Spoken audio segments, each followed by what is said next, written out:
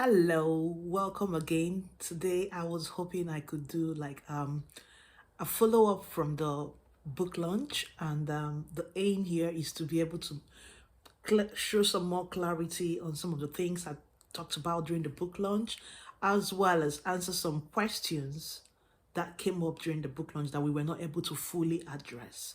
And finally is to do a draw, as I'd already promised, to do a pick of who gets to win the lucky copy of the book. So that's what I'll be doing today. So let's make a start then.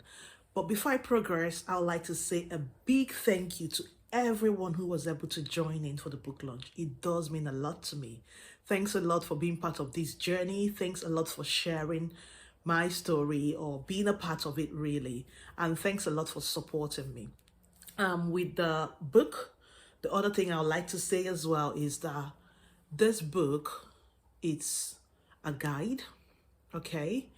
In as much as it shares my story, the idea is for you to have an experience of someone who's gone through the journey, hear their story, understand the facts, the science behind it, and that would equip you as you work with your physician, your doctor, for your child as you go through the process. The other thing I would like to highlight, which is very important, and it's based on the feedback that I've received so far, is that this book is suitable for everyone. For people who don't have an understanding of allergy, food allergy, and want to learn more. It's suitable for people who have a bit of understanding. It's suitable for people who have a child with an undiagnosed allergy and they want to learn more and equip themselves to be able to help them through the process. It's also suitable for someone who has a child who's already been diagnosed as well, because there are information out there that could help you. The other thing is that the book is accompanied by a lot of resources, which at each point in the book, I highlight what resource you're getting. So you can't have a full package, or you can't enjoy the benefit, the full benefit of this book if you don't access those resources. And this is especially important for people who don't just want the basic understanding of food allergies, but also want to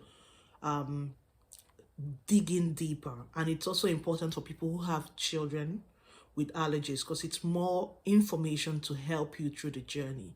So there is more information other than what's written in the book, and it's located on the website or link that has been highlighted in the book. So do make sure you avail yourself of those resources to help you have a complete package. Okay, so let's make a start. So with regards to the questions, a few questions came up on the day, and the one of which was the first was the difference between food allergy and intolerance, which I think I had addressed fully on the day. And just to recap, the difference is that with food intolerance, your body or the child's body lacks some enzymes required to process the food. But with allergy, food allergy, the body thinks that the protein contained in that food is foreign. A typical example would be lactose intolerance, where the body does not produce the enzyme required to break down lactose. So that's the difference. Now, another question that came up was, what would I suggest for a diet for a child with celiac disease? And I think I did touch on the topic on the day, but I don't know if I did justice to it, but I'll just quickly do a few more information with regards to that. So in food allergy, or in wheat allergy, that's the right word. In wheat allergy, the body produces antibodies to the proteins found in wheat. And in celiac disease, the gluten in wheat causes the body to behave abnormally, and it's also an immune reaction. So it means that it's a bit tricky to differentiate between celiac disease and wheat allergy, but obviously the health professionals are equipped with all they need to be able to help you through that journey. It's also important to know that with the celiac disease, it basically leads to inflammation, and the inflammation results in damage in the bowel of the child. Now, what diet would you recommend? Ideally, it would be gluten-free meals for the child with celiac disease. But as I would always say, it's important for you to have this clinically diagnosed, and then with the help of healthcare professionals, which could either be a dietitian or whoever the doctor that's seen your child thinks is appropriate, would give you guidance as you help your child through the journey. So the other question here is, what formula milk would I recommend for a child with milk intolerance? So when it comes to intolerance, there are different types of formula milk out there, different brands, and they are to support the child. The one thing I would say is, as always, I'm sounding like a broken record now. It's to make sure it's clinically diagnosed, and that means that you get all the help and support you can from the healthcare professionals. And when it comes to what formula milk would be obviously prescribed by a doctor, the doctor, if it's been diagnosed that the child has lactose intolerance, the formula milk that they would prescribe would be a lactose-free formula milk. And this is always under medical supervision. So please don't go out to go and buy that milk by yourself without having medical supervision, because it's important that the child gets the appropriate nutrient and diet required for the child's growth. So it's important to have that clinically diagnosed. It's important to have medical supervision through the process, and having the right healthcare professionals working with you and your child. So that's that question. The other thing that came up was with regards to what milk for a child with allergy. So in my own case, because mine was diagnosed and it was quite early on in the process, my daughter was only 3 months old. So at that stage, the child still needs milk, or whether it's breast milk or a formula. I wanted to continue breastfeeding, so all I did was to exclude milk, or cow's milk, not milk generally, cow's milk from my diet, and then dairy. And I was also given, or the the doctors prescribed, a hypoallergenic milk. So that would be what you would be prescribed. But as always, that would be under supervision and would be with a prescription.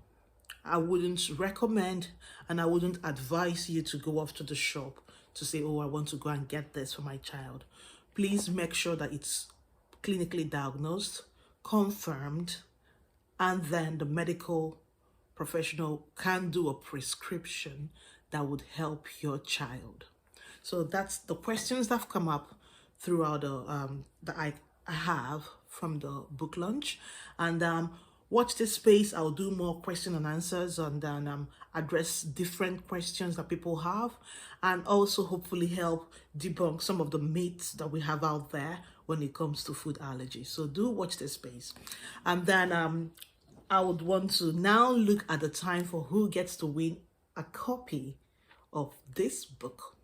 So what we have done to make it fair is to all the people that did sign up, we have allocated numbers to them, and all the numbers have been cut up into little pieces, and it's in this bowl. So what I'll do is I'm going to close my eye and then go for a lucky dip to pick up one person who would get a chance to win this book. So what would happen is that after I've picked up a number, I'll confirm who that is, and then I'll reach out to the person through email, and then if the person is happy to provide their wherever they want the book to be sent to, then that would be made available to the lucky person. Okay, here we go. Okay, so I've got all these and I need to really choose one. Okay, who's the lucky person? So I've got one number here. Let's see. So that's number 24. So who is number 24? 1 second, let's check the list. So the number 24 is someone called Bookie, and you've got an email address here, and I would be reaching out to you, Bookie, and I would be sending your book across to you. And once again, thanks everyone for your support through this process. Thank you a lot for being part of my journey. Thanks a lot for purchasing the book. As I've highlighted before, this book would help anyone. And for you to have the best out of the whole package, it's important to make yourself or avail yourself of the extra resources that I have highlighted. It's downloadable, it's easy for you to print out, and it's some of them are more like schematics, cartoons, and the whole idea is to make it easy for you to be able to understand what's going on.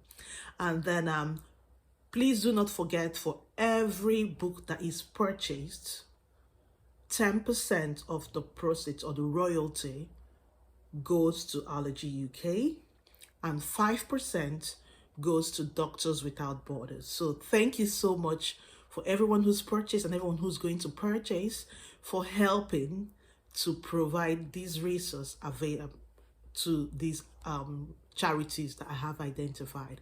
As the year go by, I'll also identify more charities which I would feel would benefit from this, and proceeds hopefully would be going to them.